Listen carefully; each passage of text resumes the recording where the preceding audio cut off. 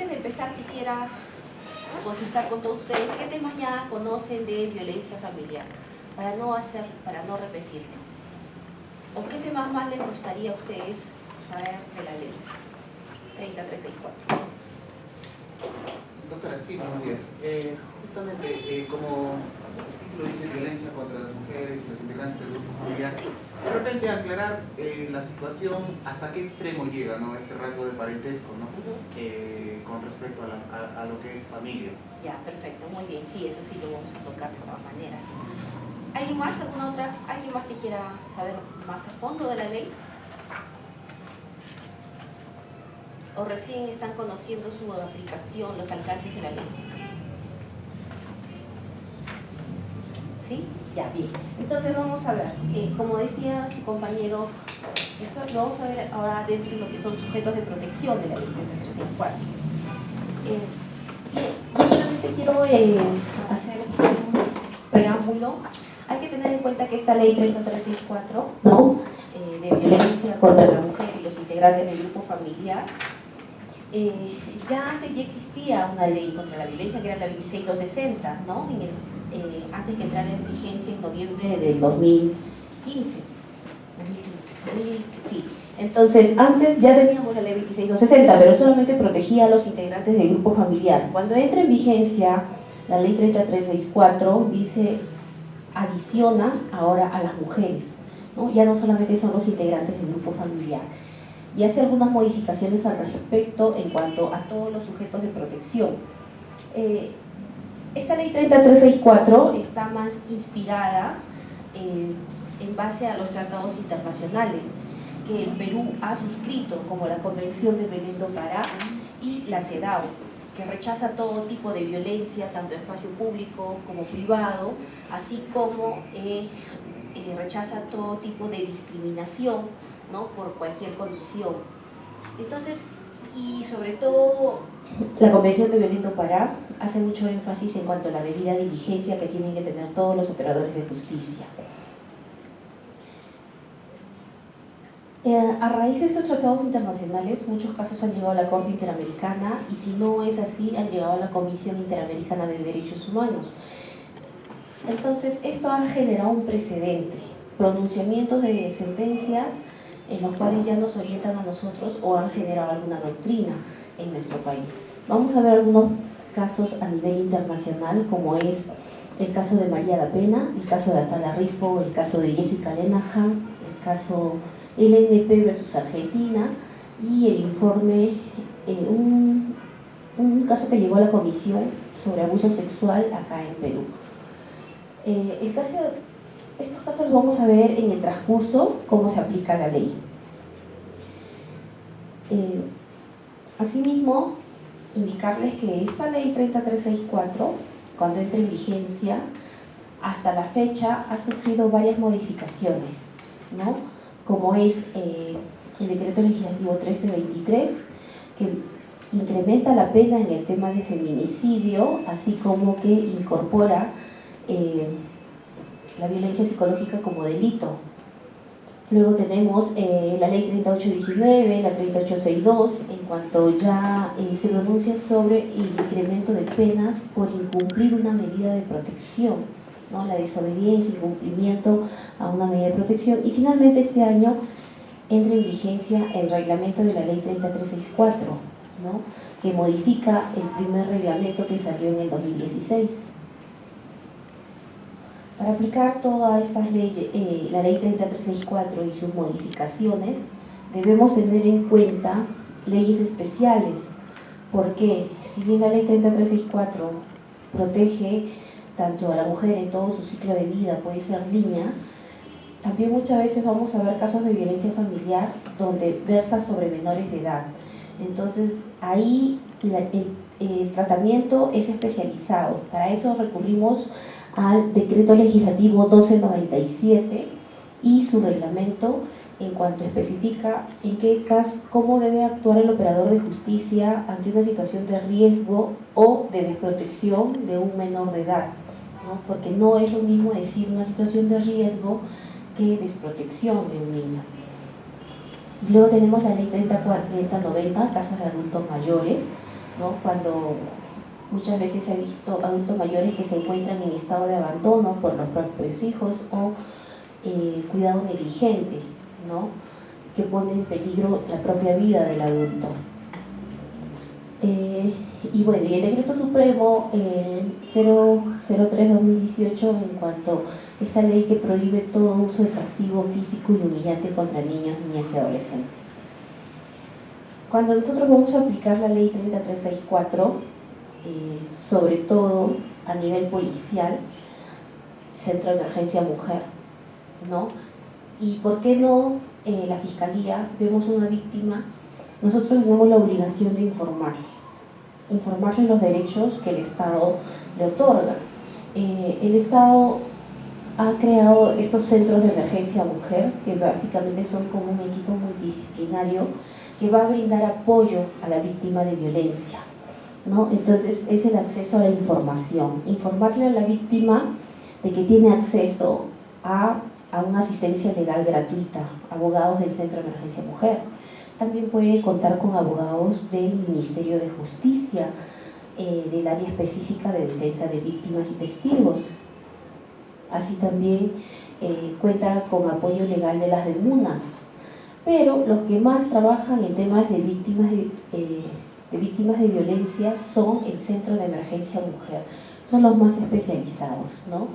Es ahí donde vamos a ver pues un trabajo en equipo, el abogado quien le acompaña en la etapa de prevención y sanción, también una trabajadora social que va a determinar la situación de riesgo de la víctima y, ¿por qué no?, posteriormente podría ayudar o colaborar con una supervisión sobre las futuras medidas de protección que se puedan otorgar, ¿no? De repente estamos viendo un menor de edad que ha sido maltratado probablemente por su madre, sin embargo le otorga medidas de protección como que este menor regrese al hogar, pero no le podemos dejar al cuidado absoluto a la madre. Para eso requerirá de repente una supervisión constante, ¿no?, por la trabajadora social, ya sea del CEN, del Poder Judicial. Entonces, el equipo multidisciplinario es importante por eso. Así también la promoción, prevención y atención de salud, ¿no? Ha habido casos de violencia sexual donde no solamente la víctima debe ser tratada con la finalidad de perseguir el delito, buscar quién fue el que ocasionó este hecho de violación, sino también el Estado se preocupa por brindarle una atención a su salud, a fin de que por un hecho de violación sexual esto pueda acarrear también enfermedades de transmisión sexual, ¿cierto? Entonces, desde ya el médico legista tiene el deber de informarle que puede recurrir a instituciones del Estado donde se le puede otorgar un tratamiento, incluso retrovirales y toda la atención en cuanto a su salud, sobre todo en estos casos de víctimas de violación sexual. En derechos laborales y educación, igual, cuando tenemos víctimas de hostigamiento sexual, ¿no?, ya sea en el campo laboral o educativo, la ley 3364, a través de las medidas de protección, permite que el juez pueda disponer el traslado del lugar. Supongamos que hay una víctima que está siendo hostigada en un centro de trabajo, supongamos, una empresa grande, Telefónica, supongamos, ¿no? Telefónica es una empresa grande que tiene diferentes sedes, ¿no? Entonces, el juez podría disponer de que esa víctima sea cambiada a otro lugar, ¿no? En la medida que la empresa tenga diferentes sedes, o igual, en el centro educativo, la víctima es acosada en su aula, pero se le podría viabilizar que se cambie a otra aula, a otro turno, ¿no?, en la medida que sea posible ello. Entonces, sí hay derechos laborales, sí hay derecho a la educación. Esto es importante, informarle a la víctima todas las facilidades, el acceso que tiene, ¿no?, como el acceso a tener un abogado, ¿no?, el acceso a tener una orientación de salud, ¿no? A veces llegan víctimas que pueden tener muchos hijos y cuando se les pregunta y dentro de su testimonio manifiestan pues que no tienen recursos económicos, sino que el esposo quiere, él es el que decide tener hijos y la mujer no. Y cuando llegan de repente a estas instituciones manifiestan que ellas sí quieren cuidarse. Entonces también se les dirige a unos programas de planeamiento familiar, ¿no? Todas esas facilidades son en las cuales la víctima cuenta con todo ese apoyo. Demostrarle que no está sola frente a un hecho de violencia. Esto es en cuanto tenemos víctima en el primer momento, cómo orientarlas, qué trato especial y cuál es la información que debemos dotarla, ¿no? Para que se sientan protegidas por el Estado. Ahora, en cuanto a la ley misma 30364, también nos indica que existen principios. Estos principios se dan con la finalidad de que ante cualquier vacío, ¿no? De la norma, o sobre todo darnos unos lineamientos, cuál es el espíritu de la norma, ¿no? ¿Qué es lo que ha querido el legislador con la ley 30364? Y por eso vamos a tener el principio del interés superior del niño. Siempre ante cualquier circunstancia de hechos de violencia, siempre tenemos que prevalecer un pronunciamiento más favorable al menor, ¿no? Que apueste donde esté en un mejor lugar, el que apueste por un mejor desarrollo al menor. El principio del interés superior del niño también importa que el operador sepa escuchar al menor, ¿no? Escuchar la opinión del menor. Por ejemplo, tenemos el caso de Atala Rifo, no sé si ustedes han escuchado, es un caso que llegó a la Corte Interamericana y la señora Atala Rifo pues era una magistrada chilena que tenía 3 hijos ya adolescentes, ya estaba separada. En ese interín, durante 3 años, su esposo hacía el régimen de visita, recogía a sus hijos, se los llevaba y luego se los retornaba. Así habría transcurrido 3 años, pero de un momento a otro el esposo de Atala Rifo se entera que ella ahora tiene una nueva relación de pareja y, oh sorpresa, se entera de que esa pareja era del mismo sexo de Atala Rifo, y eso le llevó a una indignación y justamente por eso dio un inicio a una batalla legal por conseguir la tenencia y custodia de sus hijos, porque él pensaba que en la medida que sus hijos crecieran con Atala Rifo, una mujer que le gustan las personas de su mismo sexo, esto podría perjudicar a sus hijos en la crianza, decía, ¿no? ¿Por qué? Porque decía pues que la sociedad chilena es muy conservadora y cuando sus hijos vayan al colegio van a ser objeto de burla por sus compañeros y eso les podía afectar psicológicamente. Así también decía que el hecho de que ella esté con una relación del mismo sexo, decía, todos conocen que ese tipo de relaciones terminan teniendo enfermedades de transmisión sexual y eso le puede contagiar a mis hijos, ¿no? Ese era su segundo argumento. El tercer argumento, así lo precisaba, ¿no? Para obtener la custodia de los menores. El tercer argumento era que, bueno, yo tengo una relación normal. Mi relación normal se basa, yo soy varón y tengo una pareja mujer. Por tanto, yo le puedo ofrecer un mejor hogar a mis hijos de crianza.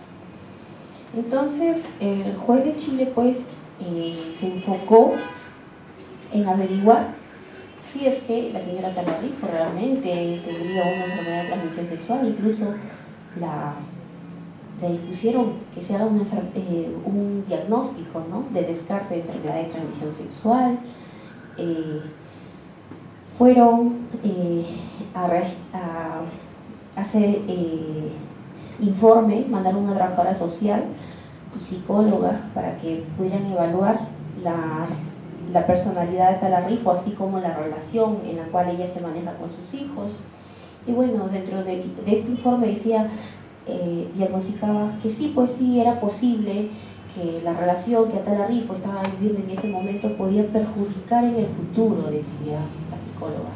Sin embargo, Atala Rifo ofreció un medio probatorio de parte basado en un informe social, ¿no? La trabajadora social ingresó a su domicilio y determinó de que luego de observar la dinámica familiar, esta se realizaba en un ambiente armónico, de respeto, ¿no?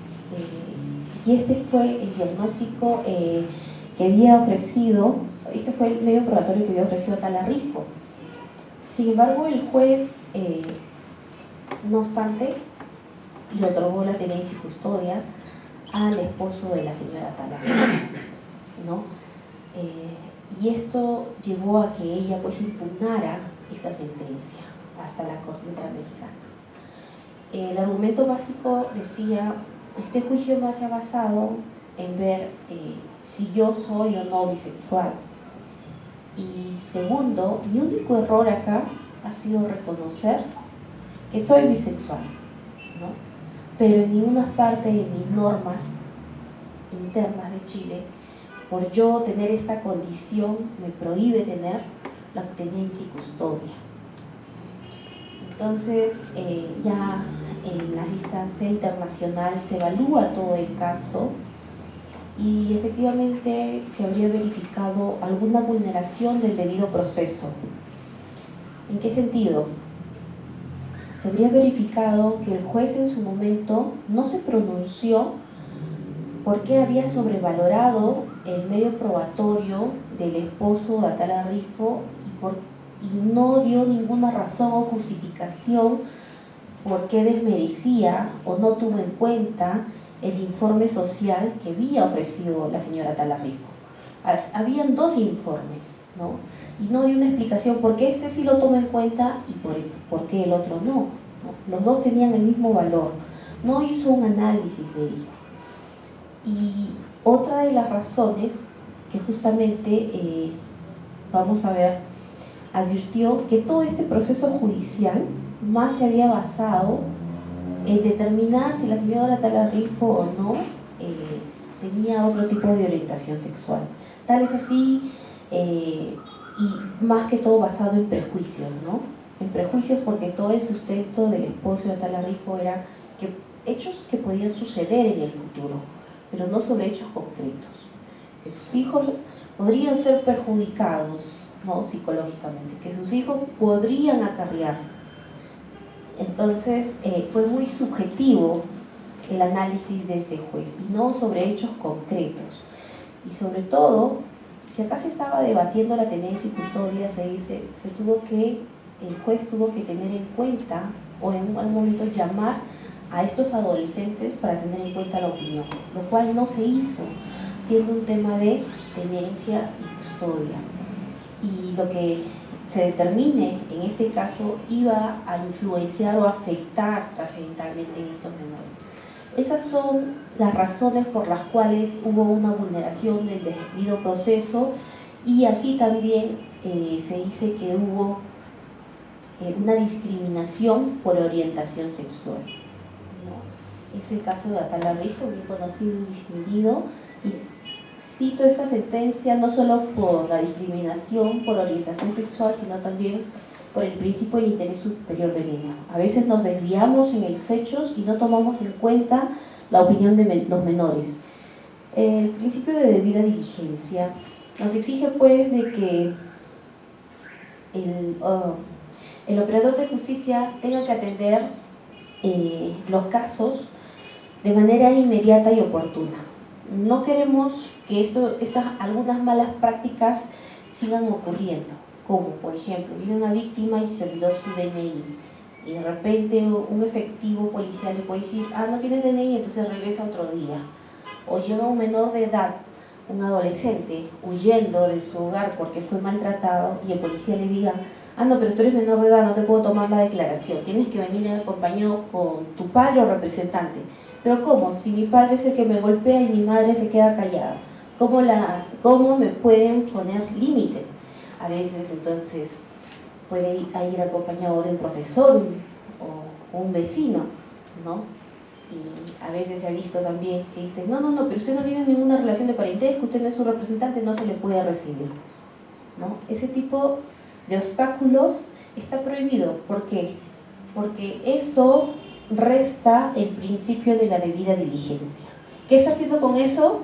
Está postergando, está desviando la atención inmediata, urgente, por un hecho de violencia. Entonces la debida diligencia es ello, buscar todas las formas en que la víctima sea atendida de manera inmediata. Y esto lo digo, esto implica a todos los operadores de justicia, no solamente el policía, sino también en la fiscalía. Uno quiere hacer una denuncia, ¿no? No nos pueden poner obstáculos, que venga con su abogado. Una víctima que su agresor le haya lesionado gravemente la nariz, termina con una fractura, sangrando, va a atenderse al médico legista y el médico legista dice: no puedo emitir pronunciamiento porque necesito el rayos X y todo, ¿no? Y por tanto, mientras tanto, ¿qué ocurre? El tiempo corre. ¿Y qué vamos a lograr? Mientras más tiempo corre, no nos permite a nosotros actuar en flagrancia. Y cuando vamos al hospital, ¿qué dicen los hospitales? Los hospitales muchas veces no se involucran. Ven víctimas así, desangrando, víctimas producto de violencia, ¿no? Ellos hasta la fecha lo que falta es más concientizarlos, ¿no? Ellos desconocen la ley 3364 y sus alcances. Dicen: no, que venga pues el día lunes. No, ya terminó el horario de atención. Si es sábado, hasta la 1 de la tarde, ¿no? 5 de la tarde. Ahí ya, horas posteriores, no hay atención para esto de los rayos X. Yo digo, ¿están atendiendo como corresponde? No. A pesar de que uno les puede decir verbalmente, ¿no?, cómo ocurre. Cuando uno les hace, en el momento va la policía acompañando a la víctima y le dice: vamos a levantar un acta o un parte, ¿por qué usted no está atendiendo? Recién ahí sí atiende. ¿Y por qué? Porque se les hace hincapié también que hay un delito de responsabilidad funcional, ¿no? Esta ley es de aplicación transversal, implica a todas las instituciones. Muchos creen no solamente es el policía y el fiscal y el juez. No, en la medida que esté en las manos de otras instituciones colaborar con la prevención, investigación y sanción, ya hay una responsabilidad funcional. Entonces, esto es básicamente el principio de debida diligencia, ¿no? Atención inmediata y oportuna. No queremos casos que duren 3 años o más de 15 años. ¿Ustedes creen que ha habido casos que duró más de 15 años sin que se resuelva en un tema de violencia familiar? Si es que el agresor intentó o no querer matarlo. ¿Ha habido casos así? Sí, el caso de María da Pena versus Brasil, ¿no? Su estado de Brasil se demoró más de 15 años para resolver un caso se diría hoy en día un tema de feminicidio, una tentativa de feminicidio. En esa época no estaba el feminicidio, era un homicidio. Su esposo trató de matarla y este juicio duró pues casi 15 años justamente por muchas formalidades que exigía el mismo proceso.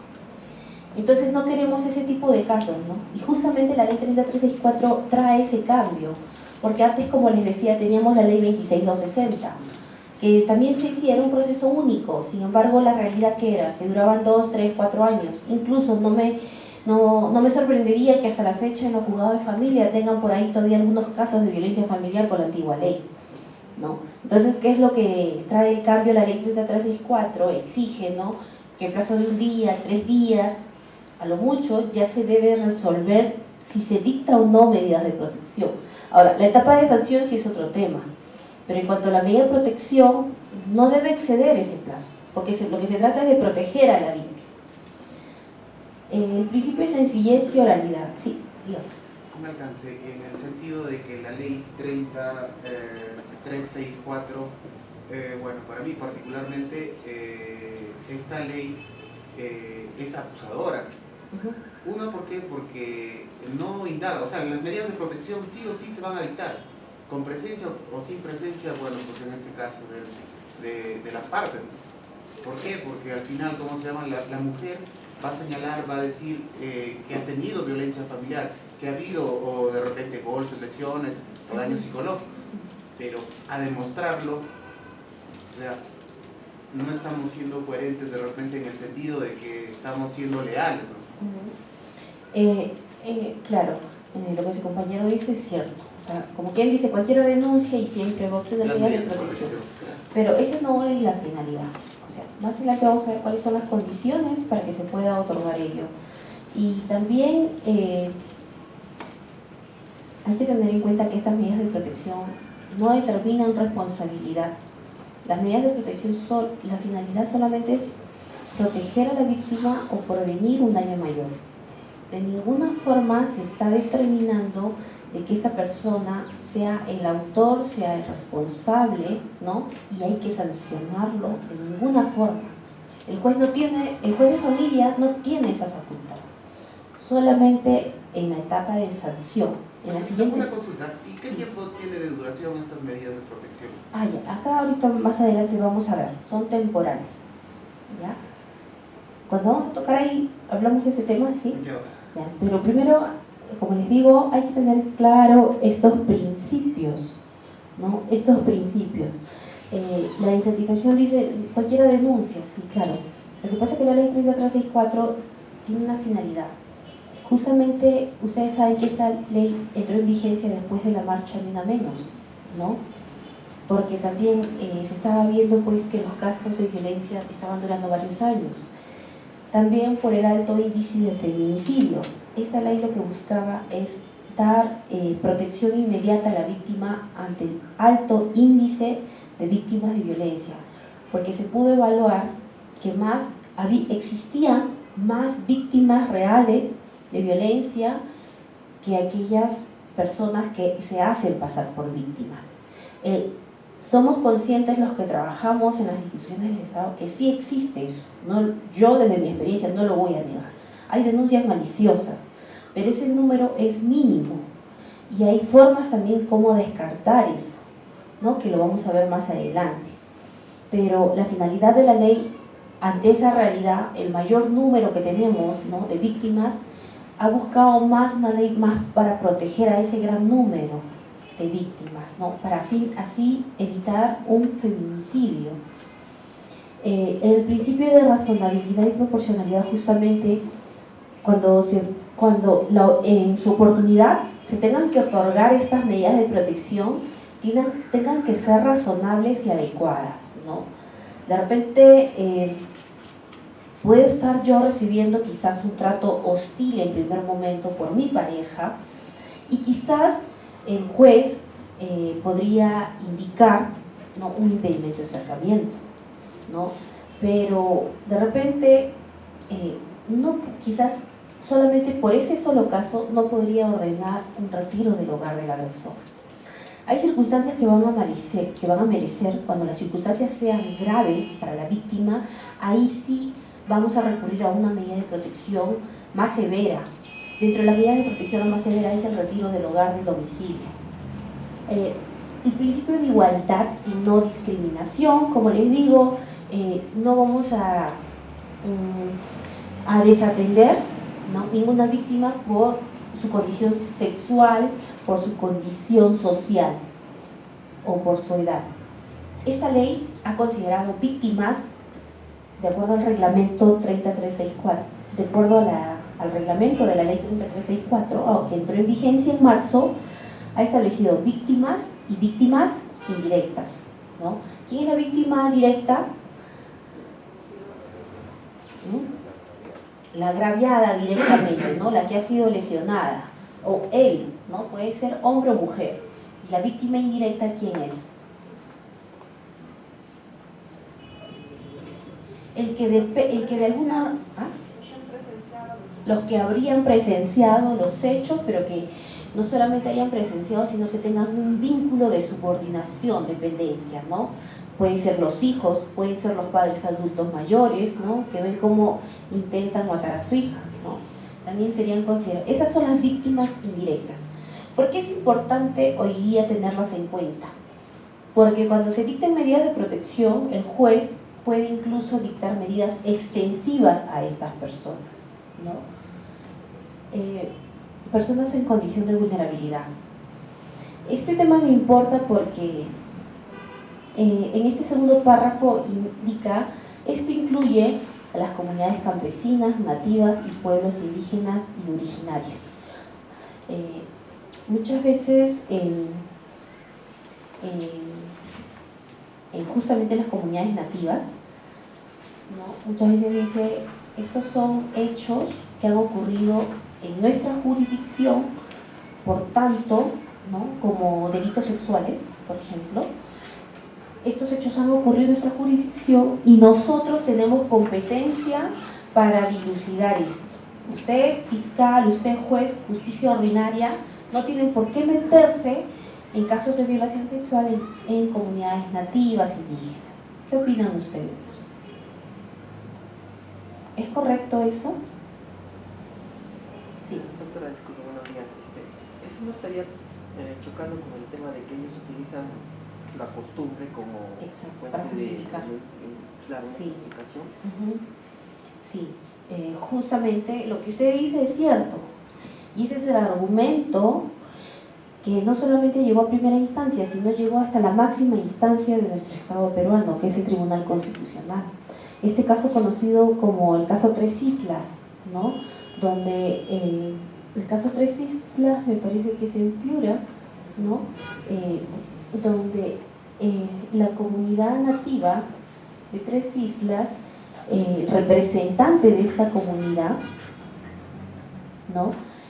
Se interpuso un habeas corpus para que se le dé inmediata libertad a sus representados, a estos dos sujetos que habían cometido violación sexual contra menores de 14 y 13 años, menores de edad menores de 14 años, y ellos decían que se les debe dar inmediata libertad porque esa violación sexual ocurrió dentro de su comunidad, ¿no? Y entonces ese caso debe ser ventilado por ellos, bajo sus costumbres de ellos, eso es lo que alegaban.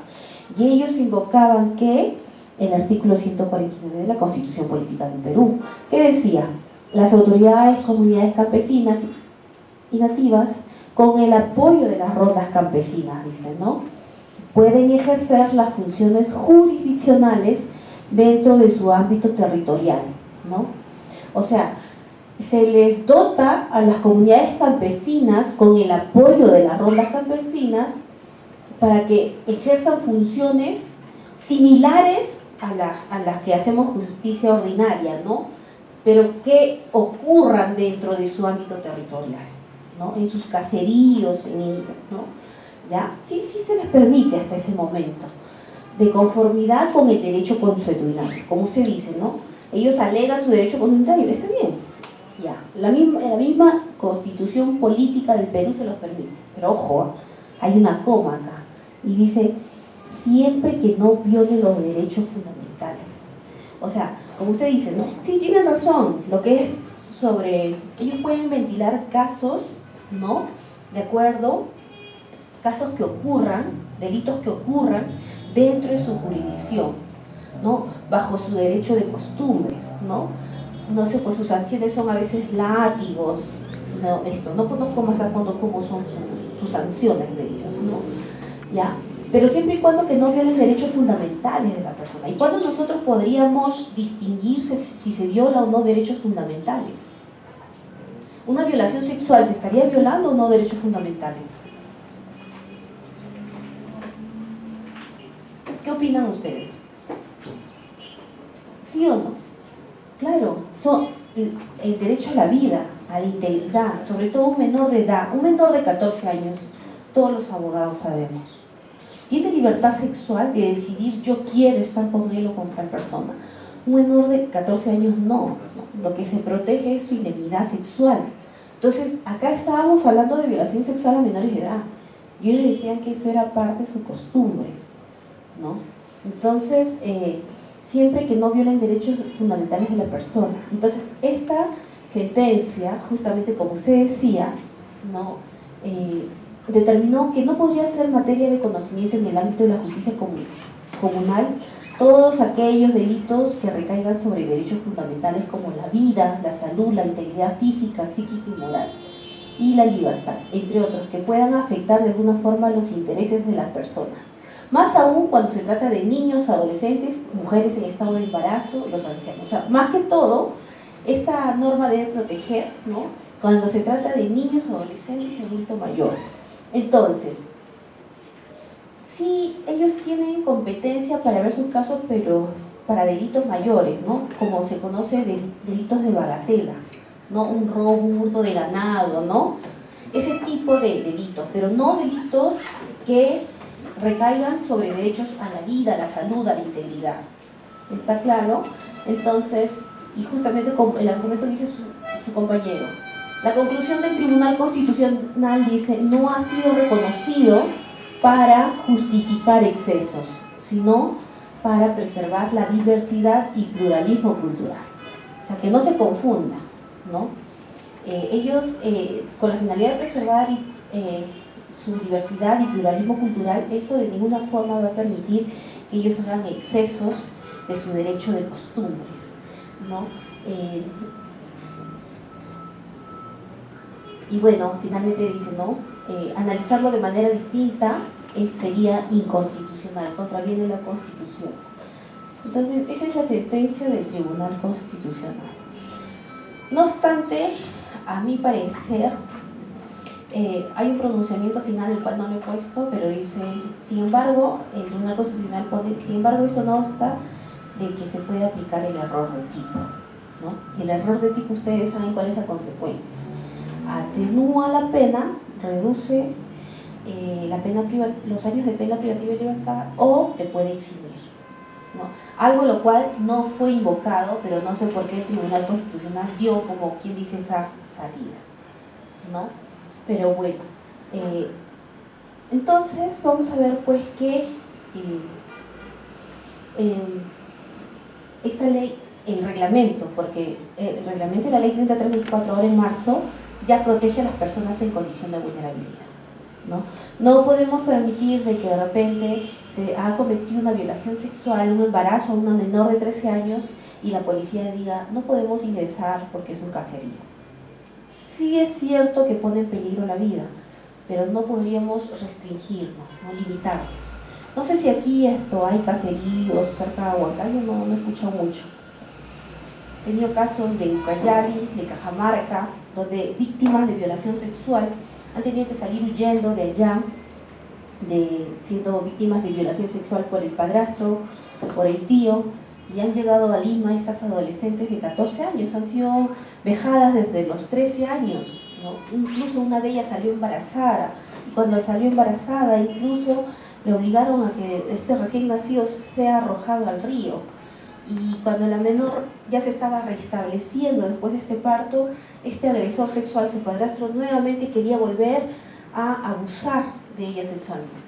Y todo esto era en vista y paciencia de su progenitora, ¿no? No tenía protección, pero menos mal ese adolescente salió huyendo, se escapó hasta que llegó a Lima por el apoyo de familiares lejanos. Y ahí es donde recién se hizo la denuncia, ¿no? No solamente había cometido violación sexual contra esta menor que tenía ya 14, pero ella desde muy pequeña, desde los 12 años, ya había sido abusada sexualmente. Ahí prácticamente había dos delitos, ¿no? Violación sexual y el parricidio, pero no teníamos el feto, qué difícil, ¿no? Qué difícil investigar, tuvimos que hacer mayores análisis con el médico legista, exámenes biólogos, rastros, para recién determinar ello. Pero estos hechos aberrantes sí ocurren, ¿no? Yo lo he tenido que conocer sin tener que trabajar en Ucayali o en Cajamarca, ¿no? Esos casos han tenido que llegar hasta Lima, víctimas que salen huyendo de estos lugares. Cuando también este reglamento invoca la violencia sexual contra niños, niñas y adolescentes. Cuando un niño es víctima de abuso sexual o de tocamientos indebidos o de acoso sexual, cuando una niña es víctima de acoso sexual por su profesor en la institución educativa, va a recibir protección por la ley 3364, sí, porque es su condición de mujer. ¿Quién es su agresor? ¿Es su familia? No, su agresor es un profesor, es una persona lejana, no tiene ningún vínculo familiar. A ella la ley le protege, ¿por qué? Porque su agresor no es su familia, no le protege como integrante de un grupo familiar, la protege ¿por qué? Por su condición de mujer, ¿cierto? Pero ¿qué pasa si un menor de edad, un niño de 8 años, es víctima de acoso sexual en la institución educativa? ¿Tendrá la misma protección? ¿Quién es su agresor? ¿Es familiar? Si fueras un familiar, un agresor, sí tendría protección, ¿no? Porque la ley 3364 protege a los integrantes del grupo familiar.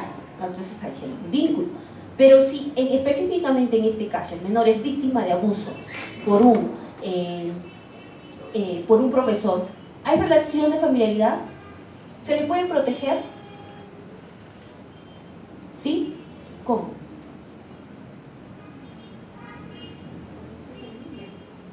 Ah, claro. Ella dice, aplicando el interés superior del niño. Claro, esa es una buena respuesta. Es que usted conoce los principios de la ley 3364, ¿no? Ya.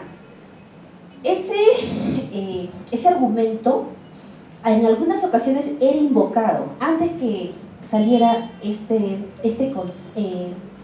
artículo dentro del reglamento. Porque acá dice, o sea, solamente ha puesto específicamente cuando se trata de violencia sexual contra niñas, niños y adolescentes. O sea, no ha dicho violencias físicas, psicológicas, económicas, no. ¿Por qué? Porque se venía hasta antes de marzo, ese era el problema. Cuando un menor era víctima de abuso por el agresor que no tenía ninguna relación de familiaridad, había criterios de algunos jueces que decían, ah, no estás dentro del ámbito de la ley 3364, entonces anda, ve a presentar tu denuncia, ¿no? Por un proceso de contravención. Porque tú eres niño, no te protege. Había otros jueces que decían, ah, no, aplicando el principio del interés superior del niño, ¿no? Si bien no está en la norma, no está la protección específica para ti en esa relación, sin embargo, me voy a los principios de la ley, invoco el interés superior del niño y los tratados internacionales, entonces yo sí te doy protección y ordeno medidas de protección, ¿no? Para que ese profesor sea destinado a otro lugar o cosas así, ¿no? Pero, como les digo, es una incertidumbre. ¿Por qué? Porque los jueces que no querían aplicar el principio decían, la norma no lo dice el principio, pero si no está en la norma, yo puedo ser denunciado por prevaricato, porque me estoy yendo más de la norma. Pero si eso también habría que concientizar muchas veces al órgano de control, ¿no? Porque a veces hasta por estas cosas les terminan abriendo proceso. He escuchado esas experiencias. O sea, si las decisiones de los jueces no fueran supervisadas por los órganos de control, quizás sí podrían libremente, ¿no?, aplicar el principio. Yo he escuchado, he sido testigo de estos temores de algunos magistrados, ¿no? Justamente, si no lo dice la norma, no me permite. Justamente por el temor de los procedimientos disciplinarios. Entonces, a raíz de toda esta realidad, es que en marzo dice, si violencia sexual se va a proteger, ya sea niño o niña, y no te pone límites de condición, simplemente que sean niños, niñas y adolescentes, ¿no?, en cualquier ámbito. Como les decía, sujetos de protección tenemos a las mujeres, en todo su ciclo de vida, puede ser niña o adulta mayor, y por el otro lado tenemos a los miembros del grupo familiar. ¿Qué entendemos nosotros? Sí, diga. Doctora, disculpe, cortándole el tema, ¿no? Escucho. Estábamos hablando del tema de violación sexual, pero también, si hablamos del tema de violencia física, le cuento, porque acá en la ciudad de Moncayo hubo un caso donde un profesor castigó a un alumno. O sea, también, si tocamos el tema de violencia física, también estaría protegido ese menor de edad, teniendo en cuenta que el menor de edad no estaba dentro del grupo familiar, sino había sido una tercera persona quien había cometido el maltrato físico. Estaríamos también viendo que el niño sea protegido también en ese tema, no solamente en el tema de violencia sexual. De repente, si lo sustentamos, porque ustedes saben que para que el juez dicte medidas de protección y la norma no está tan clara, lo sustentamos bajo el otro concepto de la condición de vulnerabilidad, ¿no? Donde dice, sobre todo cuando son niños, niñas y adolescentes, ¿no? En esa situación yo pienso que de repente sí se podría dictar medidas de protección, ¿no? Claro, el niño que es agredido cruelmente por su profesor, sí ha habido incluso últimamente casos en la televisión, ¿no? yo le digo ese tema porque, a ver, distingamos una cosa diferente. Una cosa es el maltrato físico y entendamos que también el castigo puede ser otra cosa, bueno, viendo del punto de vista diferente, ¿no? O sea, el profesor puede decir, bueno, el niño se ha comportado mal, así me ha criado, yo le he castigado, no lo he maltratado. O sea, si podríamos entender esa forma, o sea, cuándo se entiende por maltrato físico y cuándo se entiende por castigo. O sea, ya uno no puede ni castigar ni tampoco lo puede, el castigo se puede tomar como ya como un maltrato hacia... Pero lo que pasa es que el maltrato y el castigo eso debe estar reglamentado dentro de dentro del colegio, ¿no? Las instituciones educativas tienen castigos como de repente la suspensión de un día, creo, ¿cierto? ¿No? O algunas restricciones, pero de ninguna forma va a ser una situación donde tienda a humillar, a menospreciar al menor, ¿no? A aislarlo, a alejarlo frente a todos, de ninguna forma, ¿no? Nada, cuando usted me dijo del menor de edad que es víctima de una violencia física, eso de ninguna forma va a estar permitido en ningún reglamento interno, ¿no? Entonces, el castigo, bueno, hay castigos, claro, hay castigos, sanciones, lo que le llamamos dentro de una institución educativa. Bueno, las pocas que recuerdo, ¿no?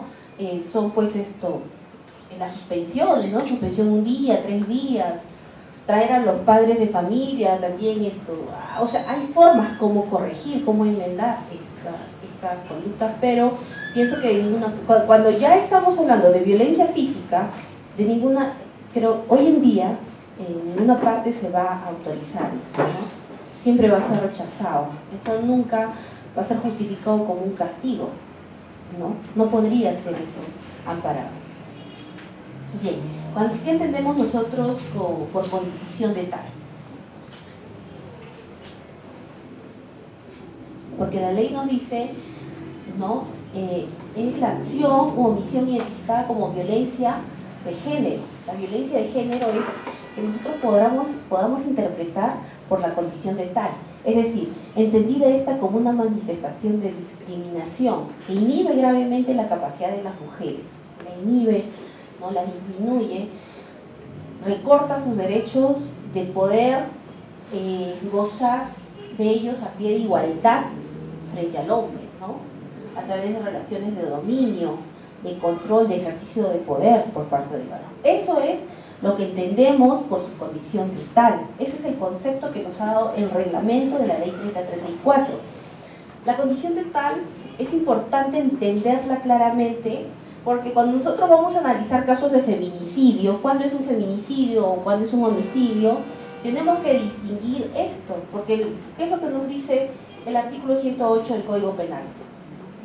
El que mata a una mujer por su condición de tal, ¿no?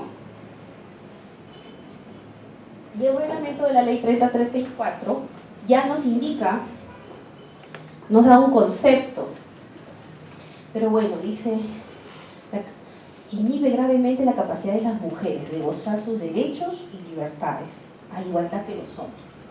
¿Cuál es la forma en que se podría estar ejercitando, en que se limitan los derechos de las mujeres? ¿Alguien de ustedes tiene algún ejemplo? ¿Alguna vivencia dentro de sus casos que hayan tenido?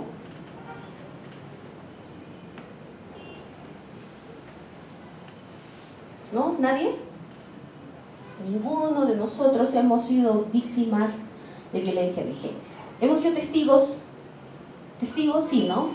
¿Sí? Yo sí, ¿ah?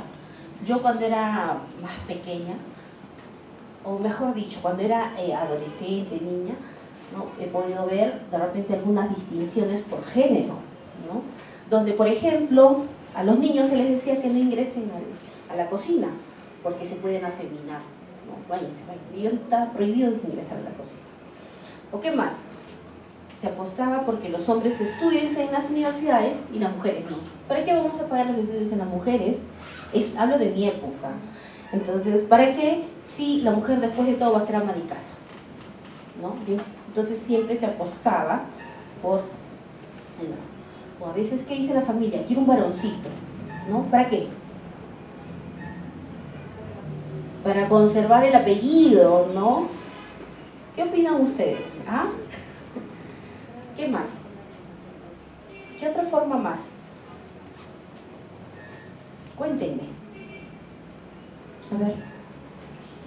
yo ya les he compartido algunas experiencias. A ver, ¿qué otras más?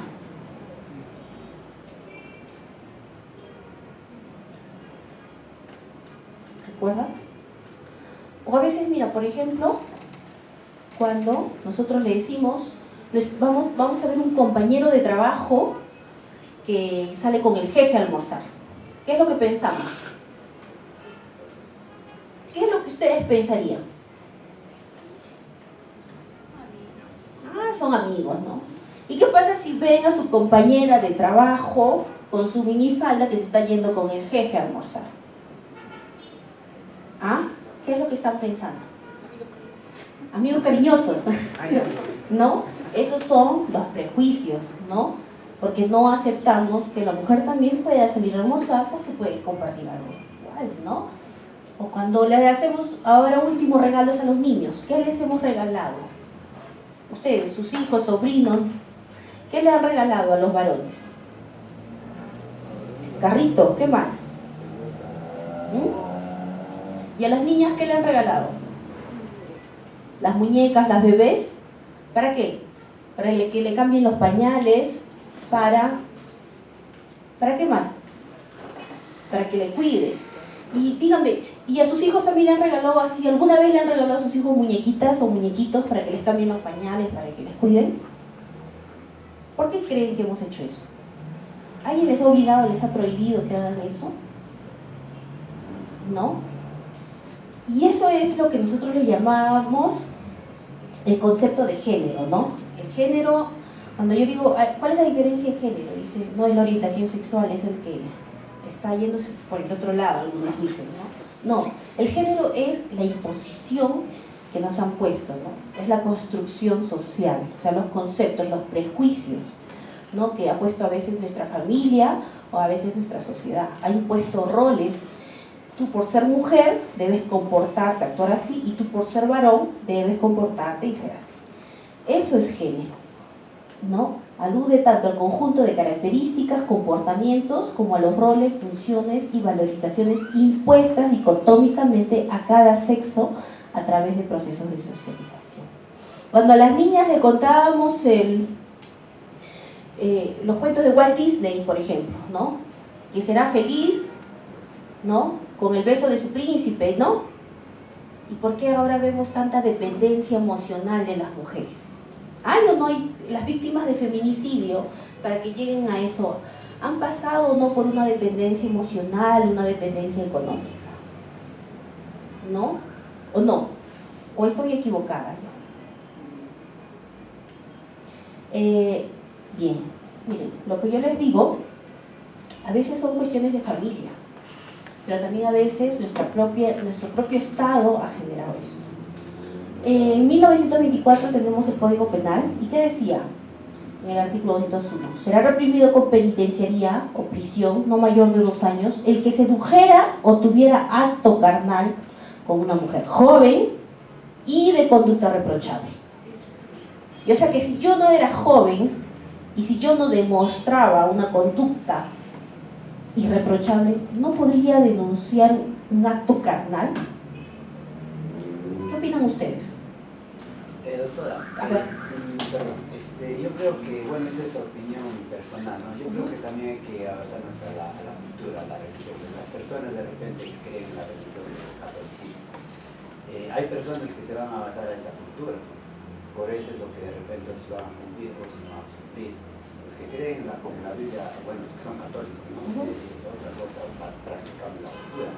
Por si yo de mis papás, bueno, no es de cada persona la decisión, yo soy católico, entonces yo lo voy a ver en un punto de vista diferente. ¿Y qué es lo que dice su religión católica en relación a los derechos de la hombre y la mujer? Por decir, yo no lo practico en la Biblia 100%, no conozco porque es bien amplio también. La parte general, nomás, en este caso, a ver, le comento un poquito, porque son, si hablamos de género, de la igualdad, ¿no? Por decir, en mi caso, mi abuelita, los mayores nos decían, pues, si nos pasamos a la cultura religiosa, nos decía, solamente existe varón y mujer, no podría existir otro sexo adicional. Entonces los que llevan esa cultura lo van a manejar así. Bueno, en mi caso, personalmente es así, yo lo veo así. No, pero acá no estamos hablando, cuando yo hablo de género, mis ejemplos están dirigidos no a una orientación sexual. Ese es otro tema que yo no estoy tocando acá. Yo digo la sociedad cómo nos ha formado, nuestra familia, imponiendo Pero roles. Es que la sociedad viene de ahí también, de la religión. Pero por eso yo quiero que me diga un caso específico, no de manera genérica. Y descarto por ahí el criterio de usted de orientación sexual. Yo no estoy discutiendo orientación sexual. Género, mis ejemplos están basados a los roles que nos imponen. Y justamente por los roles que nos imponen es que justifica muchas veces los maltratos, ¿no? Entonces, por ejemplo, cuando hablamos nosotros de roles, vamos a ver, y justamente un tema religioso. Hay una parte de la Biblia que dice, no desearás la mujer de tu prójimo. Y la mujer no podrá desear el marido de su prójimo. No ha dicho eso. ¿Qué piensa? ¿Que solamente el hombre puede ser infiel? No, en ese caso, bueno, en este caso, por decir, los católicos lo interpretamos para los dos. Lo que pasa, lo generalizan en este caso para el varón, ¿no? Pero el acto, la cosa que se va a hacer para los dos. No da eso. Su compañero dice que eso se interpreta, pero la Biblia dice literalmente, no desearás la mujer de tu prójimo. Claro, usted dice literalmente. Entonces debería decir, no desearás al compañero de tu prójimo o a la pareja de tu prójimo. Por eso yo le digo, ¿no? En la parte de la religión, si es catolicismo, lo van a interpretar así, pero literalmente, como usted dice así. Pero si lo van a practicar, la cultura de la religión es para los dos, no es para la romana. Ya. Ustedes van a sacar sus propias conclusiones de acuerdo a lo que yo les voy a dar otros ejemplos. Ese es por un lado el Código Penal, ¿no? Entonces, que era muchas veces en este caso, cuando la mujer casada iba a hacer una denuncia por violación sexual, decía que no, porque ¿quién es el que te habría violado? Ah, es tu esposo. O sea, por eso justamente antes había esos límites. El Código Civil no se ha quedado ahí. Vamos a ver, el Código Civil dice, la mujer puede ejercer cualquier profesión o cualquier trabajo fuera de la casa con el consentimiento del marido. ¿Qué estaba dotando ahí? ¿Ah? Tenía que pedir permiso al varón. A ver, me gusta este auditorio porque hay más varones que mujeres. ¿Qué opinan ustedes? O sea, la mujer estaba prácticamente subordinada, sometida a que si el hombre, su marido, le podía autorizar o no que trabaje. ¿Eso no es empoderar al varón? ¿No? Entonces, cuando yo les decía, a veces son cuestiones, concepciones de familia, o a veces también nuestra propia sociedad nos ha impuesto, nos ha puesto reglas, nos ha puesto normas, ¿no? Nos ha puesto el sometimiento. El marido dirige la sociedad conyugal, ¿no? Él determina, él dispone, él vende, por eso la mujer no tiene decisión. Calladita te ves más bonita, dicen, ¿no? Entonces, ¿qué es lo que estas normas han buscado? Que la mujer sea sumisa, ¿no? Y yo hago una reflexión acá. Cuando nosotros vemos casos de violencia familiar, la mujer llega golpeada, y muchas veces el hombre se le pregunta, y hasta salió muchas veces en televisión y dice, sí, pues le golpeé porque no me sirvió la comida, ¿no? Y o sea, ellos justifican, ellos creen, de acuerdo a sus costumbres, a veces las formas como han venido siendo formados, ¿no? Ellos creen que están dentro de lo que le corresponde, ¿no? O le pegué porque no cuida bien a mi hijo, pues. Porque, y cómo, a ver, cuénteme cómo no le cuidó bien a su hijo. Bueno, yo trabajo 8 horas, ella dice, yo también trabajo 8 horas. Ambos trabajan, vienen de la oficina. ¿Qué resulta? Él llega y se sienta en el sofá y ve su fútbol. Y ella llega, después de trabajar igual que él 8 horas, y llega a la casa y tiene que amamantar a su niño de 1 año, tiene que cambiarle los pañales, ¿no? Tiene que hacer todas las labores de madre adicionalmente, y encima preparar la cena para ella, para su esposo. Y yo, pues, o sea, se vuelven multifunciones. Y de pronto el niño llora. ¿Y qué le decía el esposo? Oye, atiende al niño, que no llore, cuídalo bien. Bueno, pues si ya está cocinando, está limpiando, y ya no le da, pues también para cuidar, el niño sigue llorando, y entonces le golpea a la mujer. Te dije que le cuidaras bien. Y ellos justifican, ¿no? Y dicen, ¿por qué se le golpeó? Porque que no cuida bien al niño. ¿Y usted qué estaba haciendo? Bueno, yo estaba mirando televisión. Esos testimonios yo los he escuchado. Entonces a veces se dice que la mujer trabaja más horas que el varón. Si les pongo este caso, muy usual, porque cuando estoy en los turnos de violencia familiar, he podido escuchar estos testimonios. Y justifica. Entonces cuando nosotros vemos casos de violencia familiar, no solamente veamos la lesión, si esa lesión, cuál es el resultado del certificado médico legal, si es delito o no. Casos de violencia familiar, nosotros tenemos que analizar todo el contexto, en qué situación, cuáles son los argumentos para el agresor que justifica. ¿Qué justifica? Él está justificando una posición machista, una posición en la cual la mujer le debe obedecer, ¿no?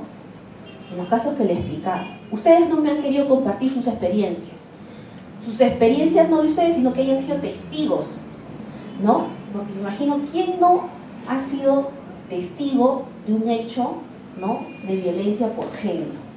Y ese es el género. El género, la explicación que les doy, no es una orientación sexual, no. Son los roles que nos han impuesto, ¿no? ¿Estamos claros hasta ahí? ¿Sí? Entonces, y justamente a esto voy a hacer mención, sentencias que han sido analizadas a nivel internacional. Voy a tocar esta. El estereotipo de género sexual, promoción de la inferioridad de la sexualidad femenina como sujeto pasivo, ¿no? ¿Qué se cree en el estereotipo de género sexual? Que la mujer puede ser utilizada como un objeto sexual y dar placer al hombre. ¿O se pensaba así o no? Cuando la mujer iba a denunciar antiguamente por violación sexual contra su marido, decía, vamos a denunciar, pues ese es tu deber como mujer. Tú tienes que satisfacer al marido. Entonces, violación antes era poco concebible que la mujer sea violada sexualmente por el marido, ¿no? ¿Algunos tienen alguna intervención? No. Entonces, la mujer era valorada como para satisfacer al hombre o como mujer por su rol como objeto reproductor. ¿Por qué como objeto reproductor? Está para contraer más hijos. Yo les voy a contar el caso de LC versus Perú. El caso es una menor de edad de 14 años que fue víctima de abuso sexual acá en Perú. Esto sucedió, me parece, en el Callao. A los 13, 14 años, ya no recuerdo bien, sale embarazada. Pero ya de 3 años anteriores había sido víctima de abuso sexual por parte del vecino. Consecuencia de esta constante violación sexual, sale embarazada y ella decide, ¿no?, suicidarse. Se va al techo de su vecino y desde el 3er piso se arroja. Al arrojarse, ella está en riesgo su vida. Y en ese momento, ella pues es intervenida en emergencia. Y los médicos ya le iban a hacer la operación para poder salvar en algo su integridad, ¿no?, ya que habría sufrido múltiples fracturas en el cuerpo, porque había sobrevivido. Ya la iban a intervenir y de pronto se dan cuenta que está embarazada. Una menor de 13 años embarazada. Dicen, no la podemos hacer la intervención quirúrgica para salvar su vida. ¿Por qué? Porque está embarazada. Bueno, la mamá impugna, presenta sus documentos, todo, porque le hace ver, ese embarazo es producto de una violación sexual. Y ahorita, además, su hija alegaba de que esa atención de emergencia, esa intervención quirúrgica era urgente para salvaguardar la integridad de ella. Y el aborto terapéutico estaba autorizado, lo podían aplicar, pero los médicos no quisieron. ¿Por qué? Prevalecieron la vida del no nacido, ¿no? O la vida del feto. Entonces esto justamente también llegó hasta la Comisión Interamericana de Derechos Humanos, donde ahí se abría al 4º o 5º día que le negaron, igual sufrió un aborto natural, ¿no? Perdió al feto y la menor quedó casi parapléjica. Esto llegó pues a la Comisión Interamericana de Derechos Humanos. Y ahí pues ya juristas internacionales habrían analizado el contenido de esta sentencia y dice que acá hubo un estereotipo de género sexual, porque hay estereotipos de género formal, pero este es un estereotipo de género sexual porque a la mujer se le ha valorado como un objeto sexual reproductor y no se le ha valorado a ella por su vida, como que la mujer como persona también debe ser valorada, ¿no? Ese es el análisis que hacen en cuanto a esta sentencia. Bien, entonces tenemos la perspectiva de género ya más clara, ¿no?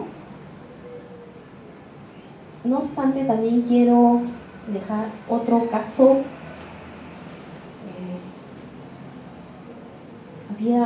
Teníamos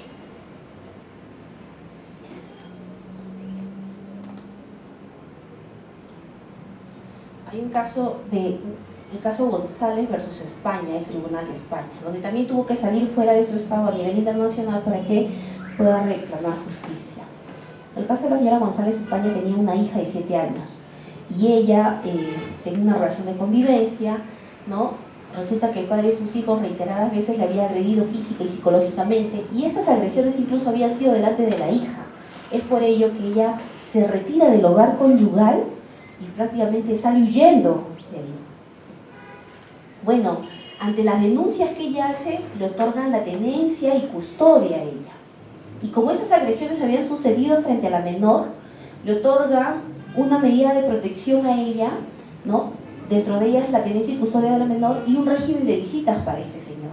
Donde este régimen de visitas que él iba a visitar a su hija, esta siempre iba a ser vigilada, monitoreada por un equipo multidisciplinario, ¿no? Bueno, sigue esto su curso y el señor pues visitaba a la menor y los psicólogos, la trabajadora social daban una opinión. Decían que cada vez que este señor iba a ver a la niña, a la hija, siempre le preguntaba, ¿qué hace tu madre? ¿Está con otra persona o no? Siempre era para indagar sobre la madre. O de lo contrario, ¿cómo se diría? Hablar mal, desprestigiar a la madre, ¿no? Para esas dos ocasiones iba. Este padre cumplía este régimen. Esto estaba dentro de los informes. Sin embargo, transcurre más o menos un año y se varía este régimen de visitas. Y dice, ahora sí, transcurrió más o menos un año, ahora el esposo de la señora González ahora podría visitar al menor un régimen de visitas abierto, ya sin supervisión. Algo de lo cual en un inicio la señora González cuestionó, porque dijo, no hay ninguna razón para que varíe, más bien es latente el riesgo a mi hija, debería seguir siendo vigilado. No le hicieron, el juez de familia no le hizo caso. Bueno, entonces, encima, este señor había transcurrido 3 años y no le pasaba la pensión de alimentos para su hija. Lo que conllevó a que la señora González pida ahora ella vivir en ese domicilio donde había huido y que este señor salga de ese domicilio. O sea, ella pedía retornar, toda vez que este señor no cumplía con la obligación alimentaria. Entonces hizo una petición de derecho de uso de la vivienda, donde llaman a una audiencia a él, y él, mortificado, molesto, le dice, ahora te voy a dar donde más te duele. ¿Y dónde será donde más le duele la señora González? En la hija. Y la siguiente visita, el régimen de visita, pues, el señor se la lleva y mata a su hija, a su propia hija de 7 años, ¿no? ¿Qué tipo de estereotipo de géneros habrían prevalecido?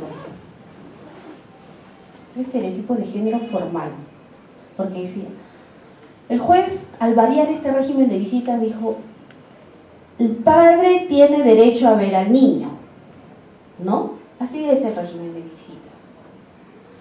Y también se dice que ese es un derecho del niño. El niño tiene derecho a ver al padre, a los padres, ¿no? Al otro progenitor con quien no vive.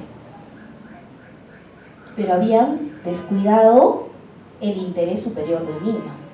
Existían las condiciones para que se varíe esa tenencia, ese régimen de visitas?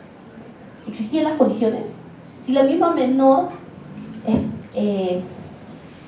indicaba que el padre solamente prácticamente la estaba utilizando para hacerle preguntas, ¿no? O para hablar mal de la madre. O sea, el riesgo estaba ahí, seguía latente. No se había reunido las condiciones. Solamente se privilegió, ¿no?, lo formal, lo que dice la norma. La norma dice el padre tiene que ver al niño y no tomaron en cuenta el cuidado o el interés del menor. Esta fue la consecuencia. Por otro lado, el estereotipo de género por la mujer. ¿Qué hacía él cuando, mediante la menor, preguntaba, indagaba sobre la madre de sus hijos? ¿Qué hacía? Salía su ego machista, ¿no? Él vigilaba, controlaba, se creía con derecho de seguir controlando, vigilando a la madre de sus hijos, ¿cierto? Entonces, y bueno, entonces al no tener respuesta, más bien dice, como ya sé que ella no va a regresar y estoy viendo todos estos límites, le voy a dar donde más le duele. O a veces matamos a la víctima, o a veces atacamos por otras formas, ¿no? En este caso, el matar a su hija fue causarle el daño más grave, ¿no? Entonces vamos a ver esos dos estereotipos de género a manera de ejemplo. ¿Por qué he tocado estos temas de estereotipo? Porque hay que tener en cuenta que el día de hoy hay una sentencia del Tribunal Constitucional que nos indica, ¿no?, la perspectiva que todos los operadores de justicia deberían de aplicar las normas con perspectiva de género. O sea, lo que se trata es sensibilizar a los operadores de justicia, que seamos conscientes en la situación que hemos venido viviendo, ¿no?, en una situación de desigualdad, que esto es algo histórico, ¿no? Las mujeres siempre han estado en una situación de desigualdad, de desventaja frente al hombre. Y como se los expliqué, muchas veces esto ha sido por las mismas costumbres de la familia o a veces porque nuestra propia sociedad lo ha impuesto. Pero lo que se trata es de ahora cambiar las cosas, ¿no?, con la finalidad de lograr una justicia equitativa. Bien, vamos a ver ahora la violencia hacia la mujer en la familia, ¿no?, en la comunidad, y la que es perpetrada o tolerada por el Estado. En la familia puede ser víctima por parte de su cónyuge o algún familiar, padre, hermanos. En la comunidad vamos a ver víctimas de violencia de la mujer en el colegio, ¿no? También pueden haber, incluso a veces hasta en centros de salud, centros tutelares ha existido, y la que es perpetrada o tolerada por el Estado o sus agentes. A veces estamos denunciando hechos de violencia y resulta que los agentes del Estado, la Policía Nacional y otras instituciones, teniendo conocimiento, no actúan de manera inmediata o con la debida diligencia, ¿no? Y en algunos, en Latinoamérica, en otros países, lo están llamando lo que es la segunda victimización, ¿no?, la indiferencia por parte del Estado. Cuando hablamos de violencia contra la familia, contra un integrante del grupo familiar, tenemos que verificar que exista cualquiera de estas condiciones, ¿no? Puede ser en una relación de confianza, en una relación de poder o en una relación de responsabilidad. Justamente cuando veíamos en cuanto a los sujetos, hasta dónde alcanzan los sujetos de protección en violencia familiar. Se dice que son los cónyuges, excónyuges, convivientes, exconvivientes, ¿no? Esto es el reglamento que ha salido en marzo y ese es al inicio de la ley. O sea, se ha mantenido cónyuges, excónyuges, convivientes, exconvivientes. Lo que ha puesto un límite es en cuanto a los parientes colaterales de los cónyuges convivientes hasta el 4º grado de consanguinidad y 2º de afinidad. Entonces, ahora te dice los parientes colaterales hasta el 4º grado de consanguinidad o adopción y 2º de afinidad. Parientes colaterales, ¿no?, los colaterales hasta el 4.º grado de consanguinidad o adopción y 2.º de afinidad. Si yo me caso con Pedro, ¿no? Su suegro, su padre, tendría yo una relación de afinidad, ¿no? Porque ya estoy casada legalmente, tengo un vínculo de afinidad. Igual, la hermana de Pedro, ¿no? También tengo un vínculo de afinidad. Pero sobre los hijos de la hermana de Pedro ya no tengo una relación, ¿no? O sea, como que si estoy casada llegaría hasta mi suegra y mi cuñada. Pero si soy conviviente, si yo no quiero dejar entrar voy a contar este caso, pero lo voy a poner como yo fuera la víctima. Yo no quiero que Pedro, yo siendo la conviviente, no cónyuge, conviviente de Pedro, yo decido no abrirle la puerta a Pedro porque Pedro está ebrio y cada vez que llega ebrio siempre está violento, rompe las cosas, me quiere pegar, me quiere golpear. Esta vez, siendo las 11 de la noche, él llega a mi casa y yo no le quiero abrir la puerta y lo tengo ahí botado. ¿Qué hace Pedro? Camina unas cuadras y se va con su mamá a quejarse. Y entonces viene la mamá y la hermana de Pedro a quererme golpear y me chancan la puerta. Mientras tanto Pedro se sube por el techo y se metió en mi casa y entre todas me golpean. Yo trato de botarlo a Pedro, no se puede y termino golpeada. La madre de Pedro la madre y la hermana de Pedro dicen: estamos hartos de ti porque tú no atiendes a mi hijo, ¿no? No le atiendes como debes de ser, eres una mala mujer. Y cosas así. Casos típicos que se ven día a día. ¿Estaría dentro del ámbito de protección? ¿Sí? ¿Por qué?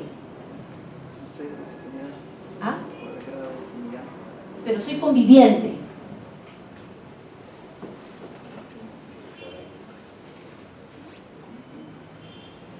¿Sí? Si señorita que tiene más de 2 años de convivencia ya tiene la calidad de esposa. Ah, ya. Su compañera dice que si tuviera más de 2 años ya tiene la calidad de esposa. Y ahí sí, ya, supongamos, ese tema después lo discutimos. Ya, pero si es un mes de convivencia, ¿tiene protección como integrante del grupo familiar?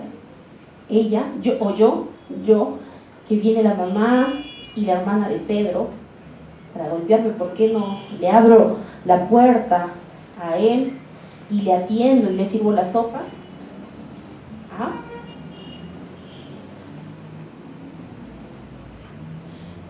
Sí tiene protección.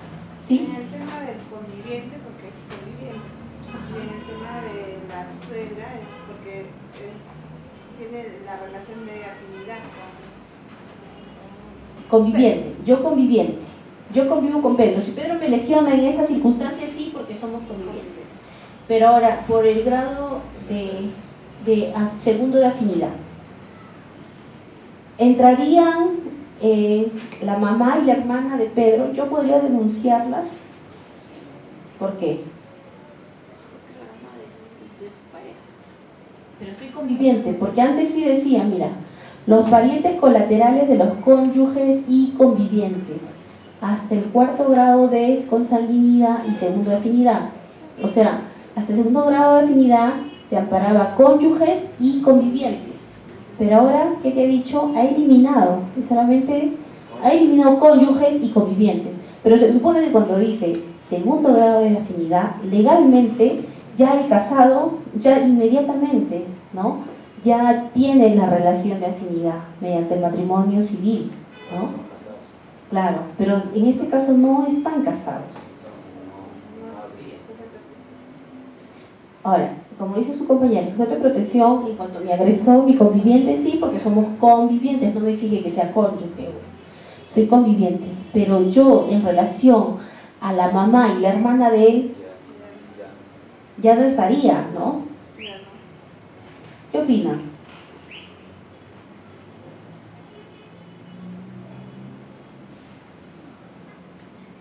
No estaría como integrante del grupo familiar. ¿Hay otra salvedad? ¿Habría otra salvedad? Sí, cuando habitan en el mismo lugar. Ah, muy bien, cuando habitan en el mismo lugar. no- Pero en ese caso ella no, porque recuerda que Pedro se fue a unas cuadras a avisarle a su mamá y su hermana y todas ellas vinieron. ¿Habría alguna salvedad? ¿Por qué mi suegra y mi cuñada vienen a golpearme? Condición de mujer. Ujú. Por su condición de mujer, sí. Pareja de... Ajá, porque mira, a veces uno dice la conducta machista no solamente proviene del varón, sino también de la mujer. ¿Cuáles son los reclamos? Este fue un caso así real. Yo las llevé a proceso inmediato porque fue un hecho de flagrancia. Y la señora y la mamá y la hermana decían, delante del juez penal, se decía, no es que no le atiende y ya estamos cansados que no le atienda. ¿No? O sea, pero se dan cuenta esa conducta machista, ese rol, o sea, el rol que impone nuestra familia, nuestra sociedad, y eso justifica, creen que con eso puede justificar, ellas, ¿qué deberían entender? Tú por ser la esposa, tú tienes la obligación, y si no lo cumples, atendiendo en cualquier circunstancia a mi hermano, por ser varón, entonces mereces castigo, y te golpeo y todo, y eso está justificado, ¿no? Entonces, y frente a un juez penal, y de verdad que gusto me dio que lo dijera, pues no, porque sacó ahí, y no es como que no son las lesiones, sino es el contexto, ¿no? ¿Cómo justifica el maltrato? ¿Cómo justifica? Justifica un maltrato porque ella supuestamente no ha cumplido con su rol de mujer. Existen otras formas, y muy aparte que ese tema pueda discutirse dentro de la pareja, pero miren hasta dónde lleva esa conducta. A veces la conducta machista no solamente proviene del varón. Las mujeres son las que, digamos, le ponen la idea de machista a los niños, las mamás más que nada. ¿Sí?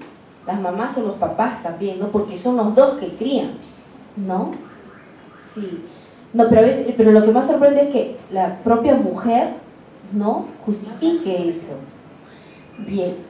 Entonces, claro, finalmente no podría ingresar como integrante del grupo familiar, pero sí por su condición de mujer, ¿no? Sí podría ser por su condición de mujer, sí, no como de ella frente a la cuñada y la suegra. ¿Me dejo entender? Pero ahora, diferente sería la situación de un varón, ¿no? Ahí sí, del varón no hay, el varón conviviente, ¿no? Bueno, tampoco he tenido casos, no sé si ustedes tengan, pero sí han tenido. Sí, A ver. he visto, permítame compartir. ¿Y por qué fueron los maltratos? A ver, vi un caso en el cual me tocó llevar, donde, bueno, era una pareja de convivientes y el señor trabajaba en construcción civil, siendo maestro de obras. Y sucede que el señor no le había dejado para que cocine a su conviviente para el almuerzo, no le había dejado para la semana todo para que cocine. ¿Y qué sucede? La señora va al lugar de su trabajo y empieza a insultarle delante de todos sus trabajadores. Y el señor, bueno, pues no le hace caso, le prefiere ignorar y continúa con el trabajo. ¿Y qué hace la señora? Empieza a agarrar el ladrillo y empieza a aventarle al señor con el ladrillo. Y en una de esas le hace llegar pues, en la cara, por el pómulo, y le revienta el pómulo. Y bueno, ¿qué es lo que sucede? Bueno, el señor, sus compañeros agarran y le llevan al hospital para que le curen la herida porque estaba sangrando. Y bueno, deciden ir a la comisaría y denunciar. ¿Y qué sucede en la comisaría? Sucede que los policías, en vez de prestarle atención y recepcionar la denuncia, le dicen: ¿cómo vas a permitir que tu mujer te golpee de esta manera? ¿Por qué no vas y le pones en su lugar? Eso es lo que hace la policía, en vez de recepcionar la denuncia. Bueno, es varón, ¿no? No puedes dejar que tu mujer te golpee. ¿Qué es lo que hace el señor? Bueno, decide contactar a su abogado y dice: bueno, ¿qué hago? Porque la policía no me hace caso. Entonces, nosotros, en este caso, mi persona, decimos: bueno, vamos a presentar la denuncia frente al juzgado de familia, porque si la policía no te hace caso, mejor acudimos al juzgado de familia. Presentamos la denuncia, el juez, en este caso la autora, recepciona la denuncia, nos llama a audiencia ¿Y qué sucede también? En la audiencia, bueno, le da las medidas de protección al señor, todo ese tema. Ahora, ¿qué es lo que sucede posteriormente? Que la doctora, la juez, en este caso, normalmente al ver las lesiones debió mandar copias certificadas a la fiscalía para que proceda la fiscalía con el proceso correspondiente. Pero ¿qué sucede?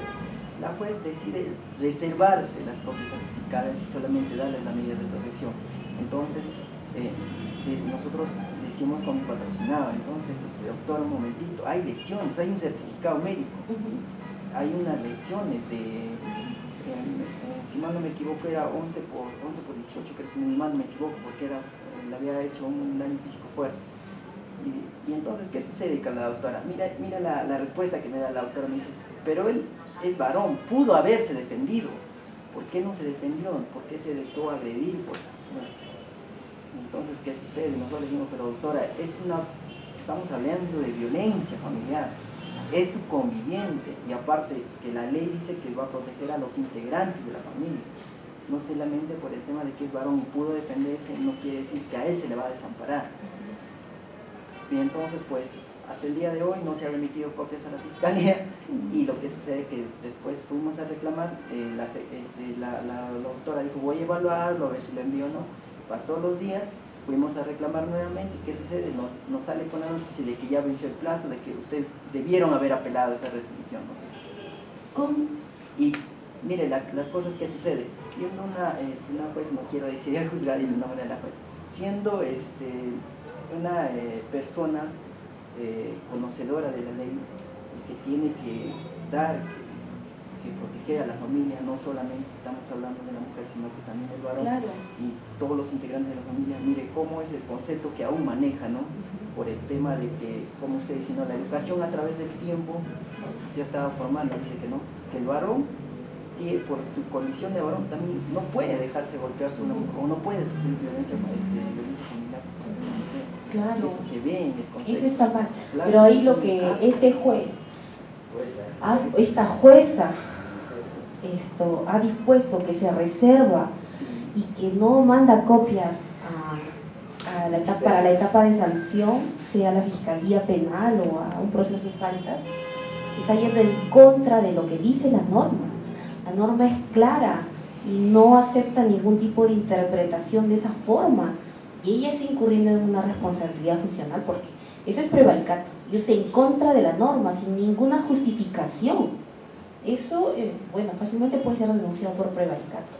Pero, doctora, respecto a su caso, si uno no está de acuerdo con un auto que emite la jueza, ellos tendrían que haber apelado dentro del término de ley, porque he tenido procesos parecidos, yo he apelado y me han dado la razón. Entonces, aquí hay una negligencia, de que no han cumplido sus funciones como corresponde. Pero lo que pasa es de que el juez es en sí, y mientras que esa así no impugne, o sea, impugnar es un error de hecho del derecho. No obstante, mientras que esa resolución siga vigente, hasta lo que dure el delito de prevaricato, serán 8 años, no sé, su derecho está expedito para denunciar. Y más bien esa juez, ¿no?, podría ella misma declarar ese extremo nulo, pedir la nulidad, porque la nulidad incluso para el magistrado puede ser de oficio, no necesariamente a pedido de parte. Entonces ella, al ver, de repente, como recién también la ley 30 está en difusión, y también se entiende que hay jueces que nunca antes han visto esta ley y han sido designados jueces supernumerarios como fiscales. Ahora el sistema de justicia especializada, no tenemos el órgano que designa legalmente, pero están siendo designados pues dentro de las mismas instituciones, y probablemente no están valorando eso. Esa insatisfacción la he visto, incluso hace poco también me contaron en el ámbito penal, no están actuando como corresponde, y de verdad eso es un error grave. Nunca antes había escuchado eso, de verdad me sorprende, pero cuando hay un error así, hacerle ver, y más que todo hacerle ver, ¿no? Yo pienso que uno puede ir directamente y antes de hacer las denuncias repetidas, hacerle ver, usted sabe lo que está incurriendo, yo tengo este derecho, no me haga hacerlo, sino usted enmiende su error por sí mismo. porque de lo contrario yo misma me veré obligada. Ahora, más allá de eso, no sé, me parece que usted podría pedir unas copias y igual derivarlas a la Fiscalía Penal, una copia certificada y derivarlas, porque acá el fiscal, ante los indicios de delito, tiene el deber y la obligación de actuar. No puede haber límite, no puede ser de que más bien hasta el fiscal, si ve eso, que están obstaculizando la administración de justicia, podría denunciar, pero eso no quita de que usted mande las copias directamente, ¿no? Para el tema de sanción, si hay, sobre todo, hay resultados y certificado médico legal. Bueno, los tipos de violencia creo que la clase por las pasadas ya se las han explicado, ¿sí? Para no redundar, no quiero que sea repetitiva la clase, ustedes me dicen, ¿está bien? ¿Se habrán visto? ¿Sí? ¿Alguna pregunta? Sí, una pregunta. El ejemplo anterior que usted ha planteado, desde el punto de vista del derecho penal, muchos penalistas aún en su libro han publicado que para entender por su condición de tal, quiere decir que la persona se motiva, por ser mujer se motiva a lesionarlo o a atentar contra su vida. O sea, en el fondo hay un odio. Pero en el caso concreto que usted ha planteado, los familiares están viniendo porque no están de acuerdo con la conducta de la señora. Pues yo no, a mi opinión, ahí no hay pues, por su condición de tal. No hay una condición de género, condición de Por su condición de tal, que usted ha planteado, dijo Ya. que ahí sí se ¿Por qué puede no? encajar por su condición de tal, porque no soy yo, o al menos lo entiendo, cuando hablamos de condición de tal, es que yo voy a lesionar o quiero lesionar por el simple hecho de ser mujer. O sea, por ser mujer yo me motivo. No. Si no es mujer, no me motivo. Exacto, pero no es porque eres mujer. Es como el delincuente. El delincuente va a preferir robar al hombre o a la mujer. Ah, la mujer porque es supuestamente más débil. Pero acá no solamente es ese fin, sino... muy buena su pregunta. Vamos a ver, ¿qué es lo que nos dice la ley? Dice, ¿qué entendemos nosotros por el contexto de violencia de género? Es la manifestación de discriminar que inhibe gravemente la capacidad de las mujeres de gozar de derechos y libertad a pie de igualdades, a través de relaciones de dominio, de control, de ejercicio de poder, de sometimiento y subordinación a las mujeres. El hecho que la mujer, ¿no? El hecho de que la mujer ejerza una posición de resguardo porque vive una persona ebria y puede ser su conviviente y ya tiene los antecedentes que esta persona anteriormente llega ebrio, rompe las cosas, la insulta, la ofende y hace todos estos actos de violencia, ya tiene antecedentes y ella ya sabe y no le quiere dejar entrar. ¿Qué está haciendo ella? ¿Está protegiendo su vida o está yendo en contra de su matrimonio? Estaría protegiendo su vida, ¿no? Cuando tiene antecedentes. Ahora, ya, por ahí vamos a... ¿Y eso es parte de que se le deje a la mujer gozar de sus derechos? Sí, porque yo tengo la libertad de decidir si mi esposo viene en esa condición, no le podría abrir la puerta, más aún si tengo antecedentes. Segundo, cuando viene la suegra, cuando viene la cuñada, pero de la relación de convivencia, y le castigan y dicen, oye, tú, ¿por qué no le has abierto la puerta a mi hermano o a mi hijo? ¿Qué te crees? ¿No? Déjenme recordar qué más decía. Que ya estamos cansados, que siempre tú le haces estas cosas al pobrecito, mira cómo está, ¿no? Más bien, tú deberías abrirle la puerta y atenderle, darle su sopita, ¿no? O sea, ¿con qué ideas vienen ellas? O sea, tú sabes que no digas nada, es tu esposo, es tu obligación legal, pero esa obligación tiene límites. O sea, yo porque soy la esposa, ¿no? También tengo derechos, ¿no? Tengo roles, tengo deberes dentro de la familia recíprocas, ¿no? Pero siempre y cuando no desprestigien mis derechos. Pero pese a todas esas circunstancias, ¿qué es lo que viene la otra familia? Con una idea, con una concepción de que tú por tu condición, de que ya estás casada, entonces tú como eres condición, por esa condición, tú tienes la obligación que como sea, como dé lugar, tú deberías atenderlo. No importa si ya te casaste, ¿no? ¿Se acuerdan? Muchas veces yo escucho estas frases cuando las mujeres quieren separarse y la propia madre le dice, no, estás loca, en la familia nunca se ha visto una separación. Tú tienes que aguantar porque tú te casaste y tendrás que aguantar, así te pegue, así te sea infiel, tú tienes que estar hasta el final. ¿Y dónde están los derechos de la persona? ¿Se le está limitando, se le está dejando esos derechos o no? Entonces, ellas no vienen solamente para golpearle por mujer, la golpean por un rol, porque ellas creen que ella tiene un rol, pese a que hay las circunstancias en las cuales no se deben de cumplir, porque está infringiendo su derecho de ella, ¿no? La protección de ella. Ellas no les interesa. Prevalece en ¿qué? Tu rol de casada. Tu rol de casada a todas costas te obliga a atenderlo, sin importar que ponga en peligro tu vida. ¿Me dejo entender? A eso es lo que voy. Ellas van, maltratan, porque exigen que ella como mujer casada cumpla un rol. Y un rol que no amerita en esas circunstancias cuando su conviviente esté en ese. En otras circunstancias donde esta persona pueda estar bien, finalmente, por último, es una cuestión de dos, pero no es para esta situación de discriminar, limitar, ¿no? ¿Qué están haciendo? Empoderar al varón, ¿no? Que la mujer esté sumisa frente a cualquier circunstancia frente a él. De eso se trata. No sé si usted quiere decir algo al respecto o sigue con su posición. Lo que yo voy es, o no sé, ustedes de repente quieren dar algún aporte, algo. A mí me parece que sí puede encontrar, porque en este caso la mamá de su conviviente y su hermana le reclaman por el hecho de que como mujer no está cumpliendo su labor de atenderle a la pareja. Entonces, sí, le están discriminando, le están maltratando por el hecho de que es mujer, situada por su condición de tal.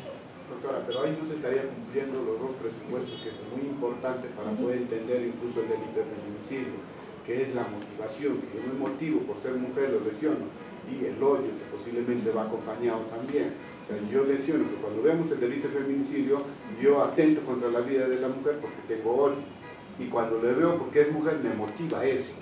Ellos los presupuestos. Ya, no, lo que pasa es que estaba con... No, pero en ese momento el señor no iba por una cuestión de feminicidio. No, por eso no cuando los parientes, tanto la suegra y la cuñada, vienen a reclamar. Entonces, si eso es así, esa posición es así, ¿qué pasaría si un vecino, por ejemplo, a María le dice al vecino, ¿sabes qué? Usted no cumple, tú eres mujer, no le lavas, no le cocinas, no atiendes a tus hijos?